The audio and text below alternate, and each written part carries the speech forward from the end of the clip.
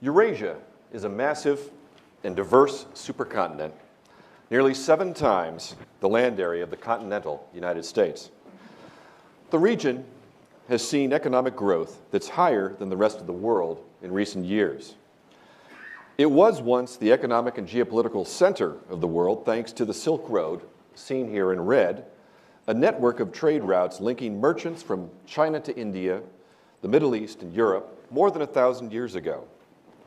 The question today is, will it happen again? And if it does, what are the geopolitical implications of a reconnected Eurasia, stronger Central Asian economies on the larger global stage, given their strategic location between Europe and Asia? Now, this graphic is one we've adopted from a McKinsey study that plotted the median point of global economic activity through history. And as we put the graphic into motion, you see the center is shifting back east, near to where it was at the time of the Silk Road, after centuries of a westward pull toward the United States and Europe. Now, this is worth watching again. You see trade first centered in Asia, then the action moved west, and now it is coming full circle as we project out to 2025. China is driving much of the return to Asia with its increasing demand for the energy resources some of the countries in this region can provide, which offers them considerable economic development opportunities. There is huge potential for connectivity as an emerging trade and transit corridor in the heart of Eurasia. Now, this chart shows the dramatic growth in trade in Eurasia between 1995 and 2012. It is these rapidly growing regional trade ties that are driving the interest in a new Silk Road. But first, a little history. As this map indicates, in 1991, the 5 Central Asian republics, Kazakhstan, Kyrgyzstan, Tajikistan, Turkmenistan, and Uzbekistan, were constituent parts of the Soviet Union. As this chart indicates, the GDP growth rates, annual growth rates for most of the region, experienced negative growth and economic difficulties for much of the early 1990s. However, as we headed toward the turn of the century, most Central Asian economies have grown robustly, boosted by energy development and rapid positive trade growth. The next chart shows Central Asian trade with Europe and China. The blue bars illustrate trade growth with Europe. Now take a look at the red bars, which represent China, and show trade growth at more than 20% a year.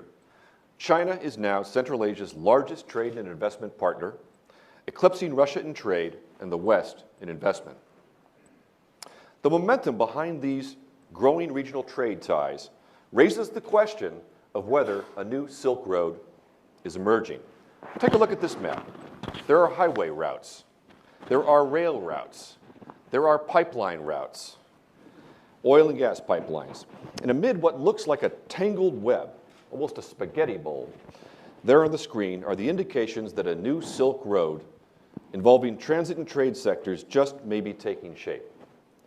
Now, each transit mode, sea, land, and air, has a time cost when you consider how long inventory is moving and not on store shelves. As this graph shows, shipping by sea is predictable, secure, and costs less than road or rail, but takes the longest. Air transit is predictable, secure, much faster, but also much more expensive, making it appropriate only for certain high value-added goods. Land transit is much faster than sea, dramatically cheaper than air, but it's fraught with political challenges and vulnerable to crime and corruption. Now, one question for the Central Asian republics is, can they sort out differences over governance, issues such as customs and national borders and others, to make all this work? In the near term, it's highly unlikely that land-based trade and infrastructure opportunities alone will prompt a major shift away from the sea. Today, more than 95% of container traffic between Europe and Asia is by sea. But deeper economic and political ties and increased maritime competition and possibly territorial disputes could further incentivize land-based alternatives. And in fact, there's already growing interest in pursuing them. For example, Hewlett-Packard is successfully using rail to move product from Western China to Europe. The journey can be as short as 15 days and costs roughly $7,500 per container. Though more expensive now, shorter transit times are preferable for some industries and products. But let's turn to the energy factor, because it's such a crucial component for the reconnection phenomena we're discussing today. Now, here's a map of pipeline structures during Soviet times. After the Soviet Union collapsed, the pipelines built initially in the 1990s moved energy resources to the west. However, now most of the pipelines, as well as planned ones, will move oil and gas to the east. Already more than half of China's natural gas imports come from Turkmenistan. Taking into consideration planned expansions, this volume could triple in the coming decade.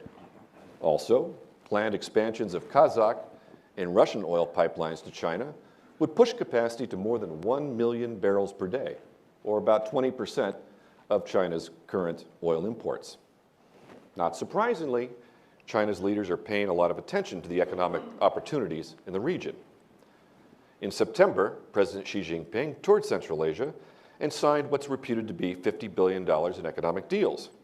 He stopped first in Turkmenistan, where he met with President Gurbanguly Berdimuhamedov. That was followed by Kazakhstan in a meeting with President Nursultan Nazarbayev. Then it was off to Uzbekistan, where he met with President Islam Karimov. He wrapped up the trip in Kyrgyzstan with President Almazbek Atambayev and other regional leaders at the Shanghai Cooperation Organization's annual meeting. When in Kazakhstan, President Xi called for a new economic belt along the Silk Road. The notion of Eurasian integration is not new. Kazakh President Nursultan Nazarbayev first proposed a Eurasian Union back in 1994. But the notion has caught on like wildfire in the last few years. Here's former U.S. Secretary of State Hillary Clinton. Kazakhstan has also embraced the vision for a new Silk Road that will strengthen the region's economic ties, where goods and people can move freely. In October 2011, Russian President Vladimir Putin called for a Eurasian Union.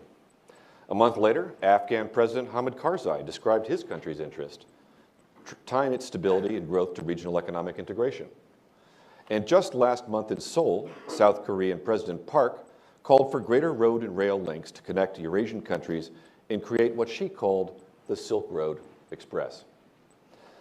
The big question going forward is whether these trends will lead to further integration or be thwarted by various economic and political obstacles. Who stands to gain? Who stands to lose? And should the United States care or be concerned about the apparently shifting geoeconomic and strategic landscape of Eurasia? And if so, what should be our goals?